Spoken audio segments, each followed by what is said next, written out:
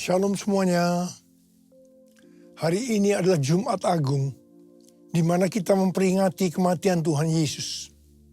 Kita akan merenungkan kembali kasih Tuhan Yesus yang luar biasa bagi kita semua. Yohanes 3 ayat 16 berkata, "Karena begitu besar kasih Allah akan dunia ini, sehingga ia telah mengaruniakan anak yang tunggal, supaya setiap orang yang percaya kepadanya tidak binasa, melainkan beroleh hidup yang kekal." Ada apa dengan manusia sehingga Tuhan Yesus harus datang dalam dunia ini?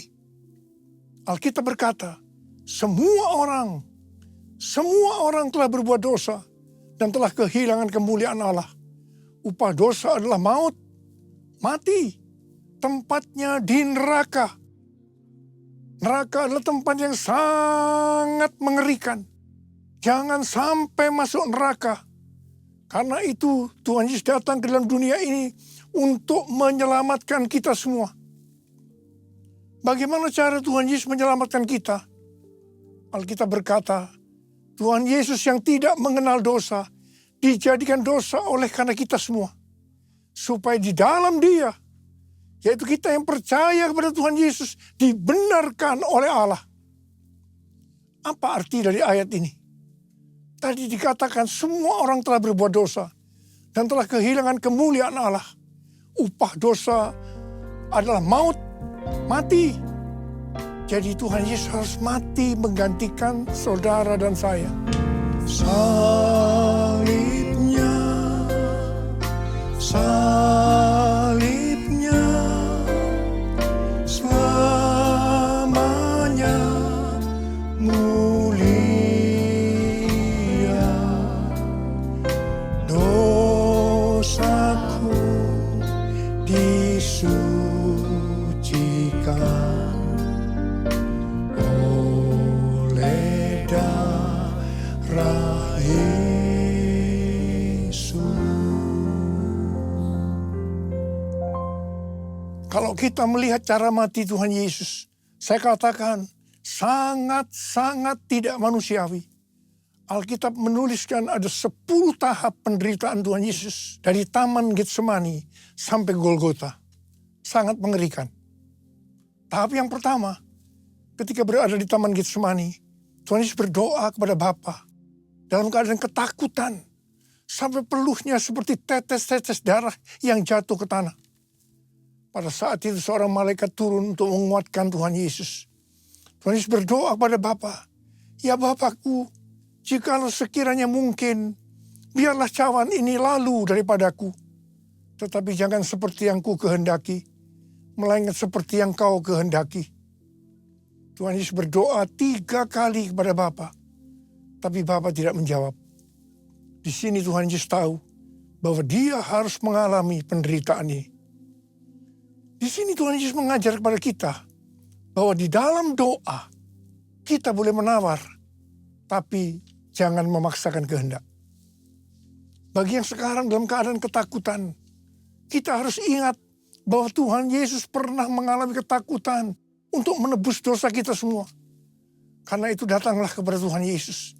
Dia pasti mampu dan mau menolong kita semua. Tahap yang kedua, Tuhan Yesus ditangkap. Dia dituduh dengan bermacam-macam tuduhan. Diludahi, mukanya ditinju, dipukul. Tapi Tuhan Yesus tidak membalas. Di sini Tuhan Yesus mempraktekkan apa yang Dia ajarkan kepada kita. Agar kita mengasihi dan berdoa bagi orang-orang yang membenci kita. Mengutuk kita, mencaci maki kita. Jikalau kita hanya mengasihi orang-orang yang mengasihi kita, apa jasa kita?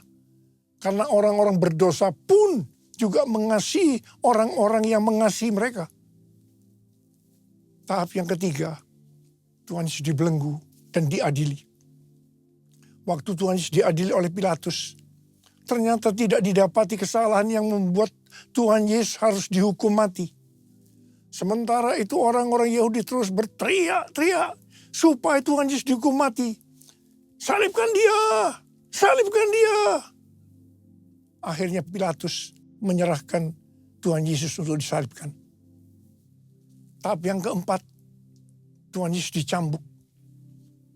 proses awal dari penyalipan, jubah Tuhan Yesus dibuka dan dihukum cambuk. Dua algojo bergantian menghunjamkan cambuk ke punggung Tuhan Yesus. Ujung cambuk itu terbuat dari potongan tulang dan potongan besi. Tiap kali cambuk itu dihunjamkan ke punggung Tuhan Yesus, itu menimbulkan luka yang dalam. Tuhan Yesus berteriak-teriak kesakitan. Darah Tuhan Yesus bercucuran. Tuhan Yesus bermandikan darah. Tahap yang kelima, kepala Tuhan Yesus diberi mahkota duri. Duri tancapkan di kepala Tuhan Yesus dengan cara dipukul. Sakitnya luar biasa. Darah bercucuran. Tahap yang keenam, Tuhan Yesus memikul salib. Dalam kesakitan berlumuran darah, ditambah semalaman Tuhan Yesus tidak tidur. Tuhan Yesus harus memikul salibnya. Tuhan Yesus jatuh, bangun. Karena dia tidak kuat. Maka Simon dari Kirene disuruh menggantikannya. Tahap yang ketujuh, tangan dan kaki Tuhan Yesus dipaku. Sakitnya luar biasa. Darah bercucuran. Tahap yang kedelapan, Tuhan Yesus digantung di atas kayu salib. Pada saat itu Tuhan Yesus menderita secara lahir maupun batin. Secara lahir dia merasakan sakit yang luar biasa di sekujur tubuhnya. Dan juga merasa sesak karena ada cairan yang menekan jantungnya. Secara batin, Tuhan Yesus menderita karena Tuhan Yesus melihat semua orang yang lalu lalang menghujat dia. Ahli-ahli Taurat, tua-tua, imam-imam menghujat dia. Bahkan salah satu penjahat di sebelahnya juga ikut menghujat. Tahap yang kesembilan, Tuhan Yesus merasa ditinggalkan oleh Bapa. Sekitar jam 12 siang sampai jam 3 petang, tiba-tiba langit di sekitar Golgota menjadi gelap. Tuhan Yesus gelisah. Dan dia berteriak, Eli, Eli, lama sabachthani. Allahku, Allahku, mengapa engkau meninggalkan aku? Tuhan Yesus merasa ditinggalkan oleh Bapa. Orang yang berdosa pada hakikatnya dipisahkan dari Bapa. Jadi untuk menebus orang yang berdosa, maka Tuhan Yesus harus merasakan ditinggalkan oleh Bapa, dipisahkan dari Bapa. Saya percaya ini adalah puncak penderitaan Tuhan Yesus. Penderitaan lainnya tidak ada artinya dibandingkan merasa ditinggalkan oleh Bapa. Bagi saya, kalau saya tidak bisa merasakan hadirat Tuhan, itu adalah hal yang paling berat dalam hidup saya. Karena itu saya selalu setiap hari menjaga langkah-langkah dalam hidup agar saya terus mengalami hadirat Tuhan. Kalau ada dosa, harus cepat diselesaikan supaya terus merasakan hadirat Tuhan. Saya berharap kita semua juga melakukan hal yang sama seperti itu. Kalau ada di antara kita yang sudah tidak merasakan hadirat Tuhan, dan kita menganggap itu hal yang biasa, kita harus bertobat. Tidak ada yang lebih berbahagia daripada kalau kita berada dalam hadirat Tuhan. Sebab kita berkata, di hadapanmu ada sukacita berlimpah-limpah. Artinya di dalam hadirat Tuhan ada sukacita dan kebahagiaan yang berlimpah-limpah. Tahap yang ke-10. Tuhan Yesus berkata, sudah selesai. It is finished. Ya Bapa, ke dalam tanganmu kuserahkan nyawaku. Lalu Tuhan Yesus mati.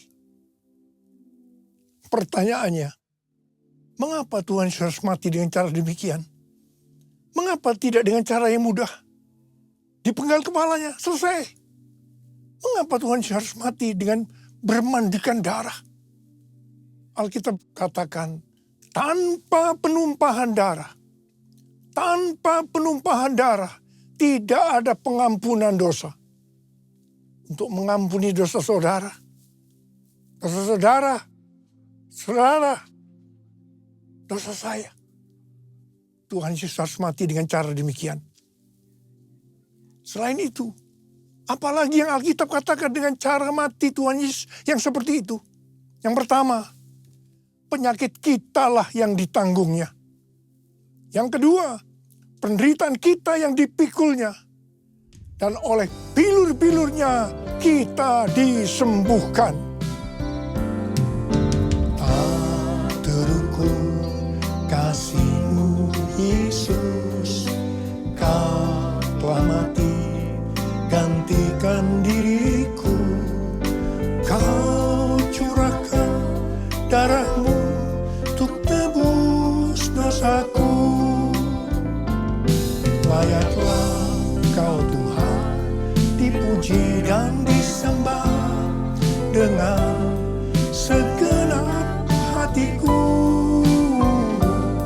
Layaklah Kau Tuhan dipuji dan disembah dengan segenap jiwa ragaku.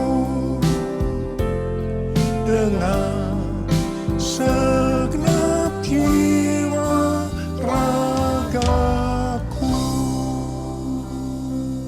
Tuhan Yesus mati karena dosa-dosa kita. Dia dikuburkan, tapi pada hari yang ketiga Dia dibangkitkan. Haleluya!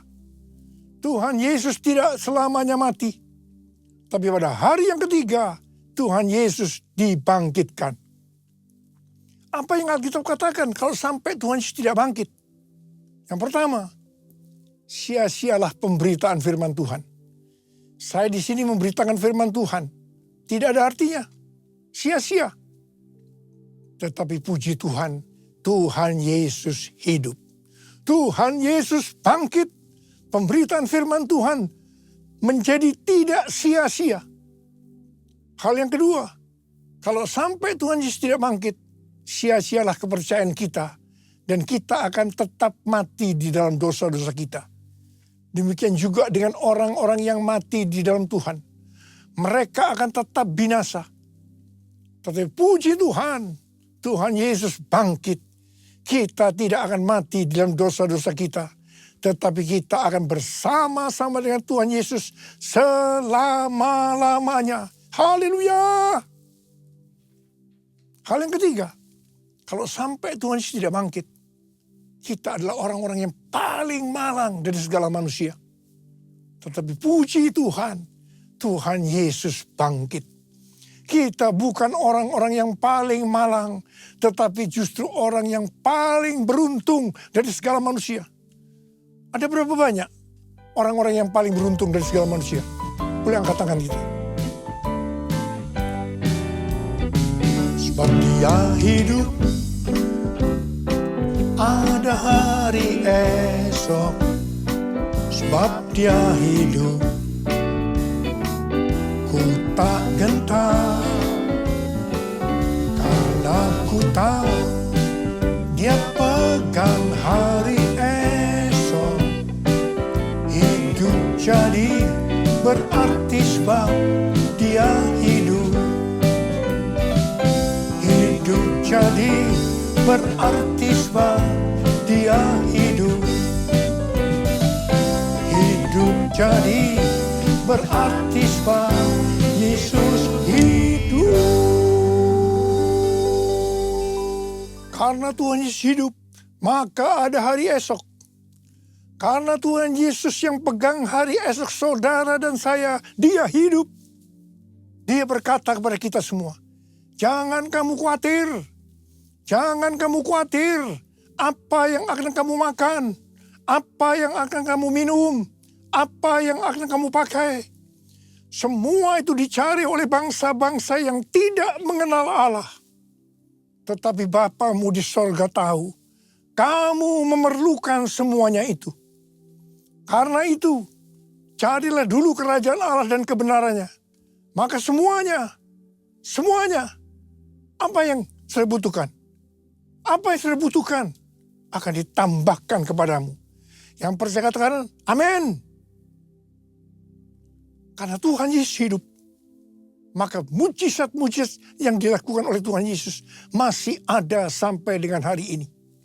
Orang buta melihat, orang lumpuh berjalan, orang tuli mendengar, orang mati dibangkitkan, orang kusta menjadi tahir, dan kepada orang-orang miskin diberitakan kabar baik. Karena Tuhan Yesus hidup, maka tema yang Tuhan berikan untuk tahun 2025 adalah bahwa tahun 2025 adalah tahun penuaian. The year of harvest. The year of harvest. Tahun 2025 adalah tahun penuaian jiwa-jiwa yang besar.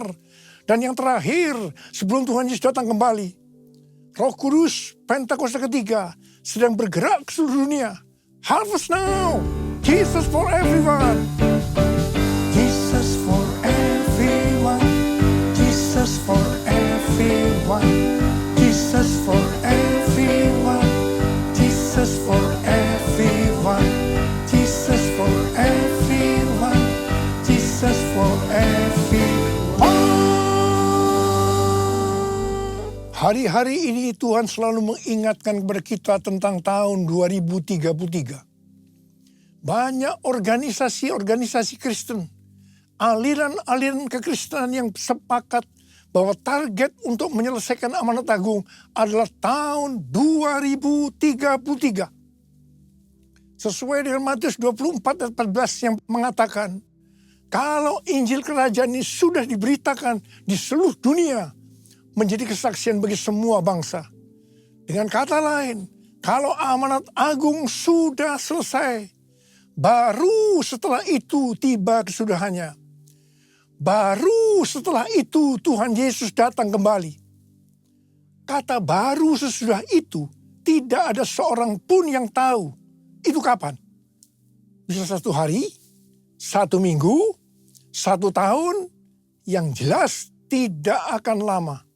Sebab Tuhan Yesus berkata, aku datang segera.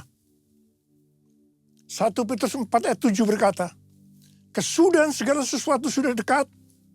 Karena itu kuasailah dirimu dan waspadalah supaya kamu dapat berdoa. Jadi dalam menunggu kedatangan Tuhan Yesus kedua kalinya yang sudah semakin dekat, kita harus banyak berdoa, memuji, dan menyembah Tuhan dalam unity siang dan malam. Untuk itu kita harus menguasai diri kita. Dan selalu waspada, artinya berjaga-jaga. Syarat utama untuk menyelesaikan amanat agung adalah kolaborasi antar gereja-gereja Tuhan. Untuk itu gereja Tuhan harus unity. Jangan saling menyakiti satu sama lain. Perlu ada kerendahan hati. Jangan memikirkan kepentingannya sendiri saja. Tetapi kepentingan orang lain juga harus diperhatikan. Semangat untuk mencari jiwa atau penginjilan dari anak-anak muda hari-hari ini harus diarahkan yang benar. Bukan diarahkan menginjil di gerejanya orang lain dengan cara yang tidak beretika. Ingat, iblis kalau tidak bisa menghambat penuaian jiwa, dia justru akan mendorong supaya penuaian jiwa terjadi dengan cara-cara yang tidak beretika, supaya terjadi kekacauan, sehingga kolaborasi tidak terjadi. Akibatnya akan menghambat penyelesaian amanat agung. Motivasi dalam penuaian jiwa harus jelas bahwa itu untuk menyelesaikan amanat agung. Sebab Tuhan Yesus akan datang segera. Motivasinya bukan supaya gereja saya kelihatan hebat, paling benar, terkenal. Saya terkesan dengan kesaksian Pendeta Ruben Adi, Ketua Umum GBI. Dia diberi nasihat oleh ayahnya, Pendeta Julius Ishak. Jangan berusaha jadi pendeta yang terkenal, tapi jadilah pendeta yang masuk surga. Amin. Di menara doa pelayanan Jumat kita, banyak dari sinode-sinode lain yang datang. Saya selalu mengatakan bahwa saya tidak akan menggebikan Anda. Anda tetap di sinode masing-masing. Dan mari kita berkolaborasi untuk menyelesaikan amanat agung.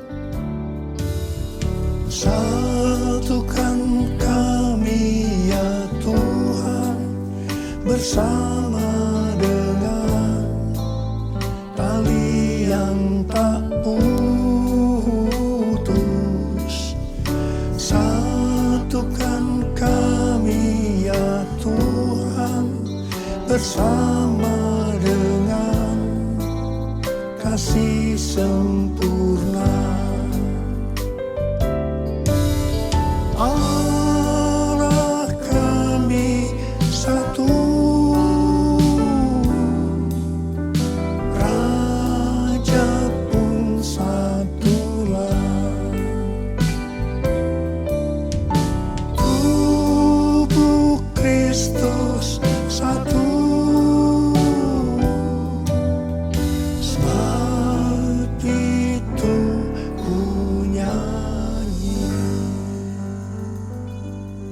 Tahun 2025 adalah tahun penuaian berkat secara materi. Pesan Tuhan yang sangat kuat kepada kita untuk mengalami penuaian berkat secara materi, yaitu kita harus memberikan persepuluhan. Persepuluhan masih berlaku sampai hari ini. Kalau ada orang yang berkata bahwa persepuluhan adalah tidak relevan untuk zaman ini, dengan alasan yang pertama, persepuluhan adalah bagian dari hukum Taurat. Yang kedua, pada zaman anugerah ini, memberi kepada Tuhan tidak dibatasi persepuluhan saja, tapi semau-maunya berapa yang mau diberikan, termasuk mempersembahkan seluruh hidup kita. Apakah pendapat ini benar? Jawabannya, ini tidak benar. Yang jelas, persepuluhan dimulai oleh Abraham yang memberikan persepuluhan kepada Melkisedek sebagai gambaran pemberian kepada Kristus. Ini zaman sebelum hukum Taurat. Persepuluhan adalah jumlah minimal yang harus dipersembahkan kepada Tuhan. Nah, kalau yang minimal ini saja dipermasalahkan atau ditolak, apalagi yang lebih besar, bahkan mempersembahkan seluruh kehidupan ini. Itu bohong. Persepuluhan kita berikan karena kita mengasihi Tuhan. Dia terlebih dahulu mengasihi kita. Dia memberikan hidupnya untuk kita. Masakan kita tidak akan memberi kepada Tuhan?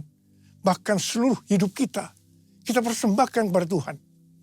Jadi sekali lagi, saya katakan bahwa persepuluhan masih berlaku sampai hari ini.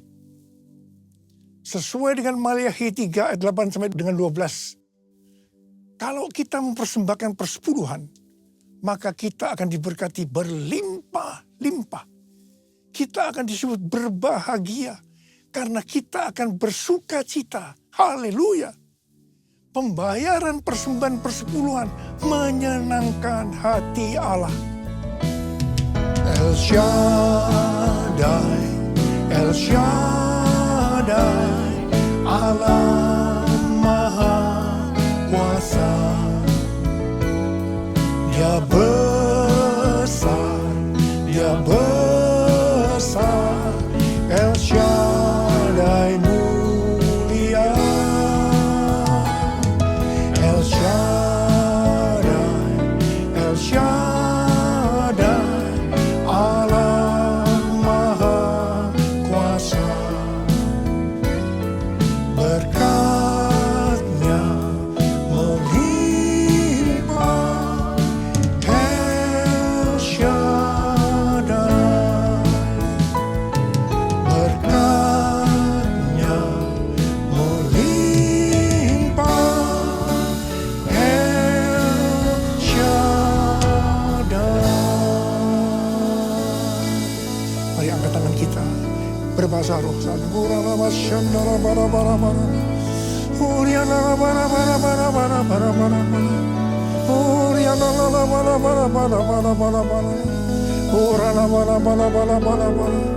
Tuhan, memasuki tahun 2025, tahun yang sulit ini Tuhan. Hamba-Mu tahu berkat-Mu melimpah buat anak-anak-Mu. Mereka yang memberikan persepuluhan akan Tuhan berkati berlimpah, limpah, limpah. Terima, terima, terima, terima, terima, terima, terima. Tuhan, makasih Tuhan. Terima kasih, terima kasih, terima kasih, terima kasih. Terima kasih, terima kasih Bapak. Terima kasih. Dalam nama Yesus, haleluya. Amin.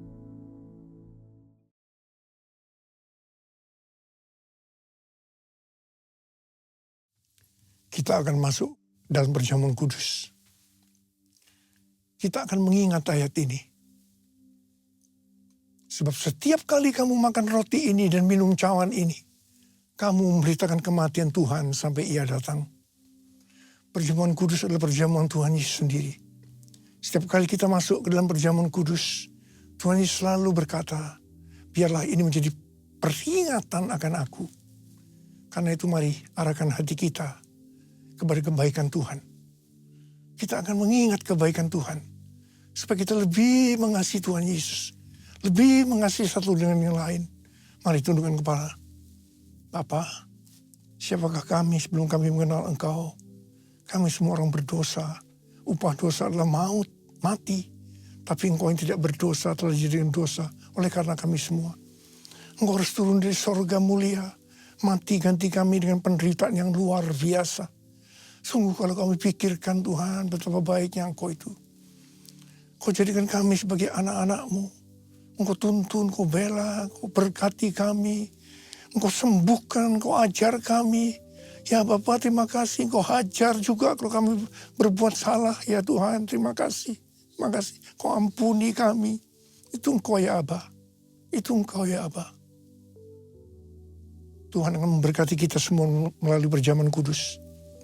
Tapi Tuhan mau kita makan dan minum dengan cara yang benar. Karena itu masing-masing sekarang berdoa. Lihat keadaan dirimu masing-masing. Jangan menyimpan dosa. Akui di hadapan Tuhan. Supaya kita diberkati. Supaya kita diberkati. Ampuni Tuhan. Ampuni saya. Ampuni. Ampuni kami semua Tuhan. Ampuni. Bapa, Kau lihat anak-anak-Mu yang saat ini sedang ada di hadapan-Mu Tuhan. Terima kasih. Layakkan kami untuk masuk dalam perjamuan kudus. Terima kasih Bapa. Kami akan masuk dalam perjamuan kudus dengan hati penuh ucapan syukur. Dalam nama Yesus. Amin. Sekarang mari angkat roti di tangan kanan kita tinggi-tinggi. Sebab apa yang telah kuteruskan kepadamu telah aku terima dari Tuhan. Yaitu bahwa Tuhan Yesus pada malam waktu diserahkan mengambil roti. Dan sesudah itu ia mengucap syukur atasnya. Ia memecah-mecahkannya dan berkata, inilah tubuhku yang diserahkan bagi kamu. Perbuatlah ini menjadi peringatan akan aku. Sudah dikasih Tuhan. Bukankah roti yang kita pecah-pecahkan ini adalah persekutuan kita dengan tubuh Kristus. Mari kita makan dalam nama Yesus.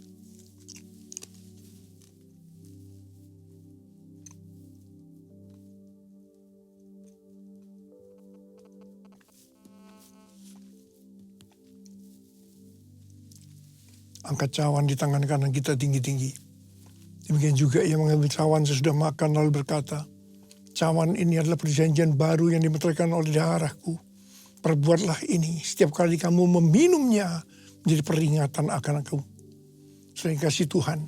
Bukankah cawan pengucapan syukur yang atasnya kita ucapkan syukur adalah persekutuan kita dengan darah Yesus. Mari kita minum dalam nama Yesus.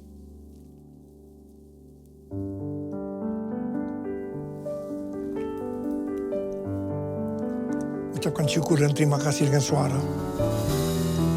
Jangan diam. Tuhan terima kasih ya Tuhan.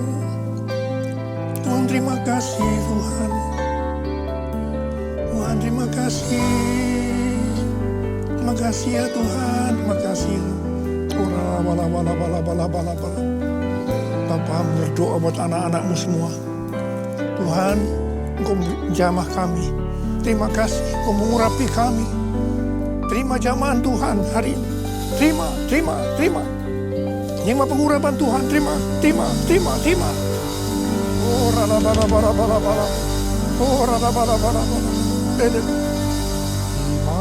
kasih Yesusku. Terima kasih Yesusku. Puji syukur hanya bagi Tuhanku. Terima kasih Yesusku. Terima kasih Yesusku. Puji syukur hanya bagi Tuhanku. Terima kasih Yesusku. Terima kasih Yesusku. Puji syukur hanya bagi Tuhanku. Terima kasih Yesusku. Terima kasih Yesusku. Puji syukur hanya bagi Tuhanku. Puji syukur hanya bagi Tuhanku. Puji syukur hanya bagi Tuhanku.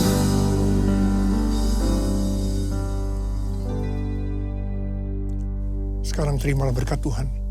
Kasih karunia berlimpah-limpah daripada Allah Bapa dalam Anak yang tunggal Yesus Kristus. Persekutuan yang manis dengan Roh Kudus menyertai kita semua mulai hari ini sampai Tuhan datang menjemput kita di awan-awan dan bahkan sampai selama-lamanya. Yang percaya bersama-sama katakan amin.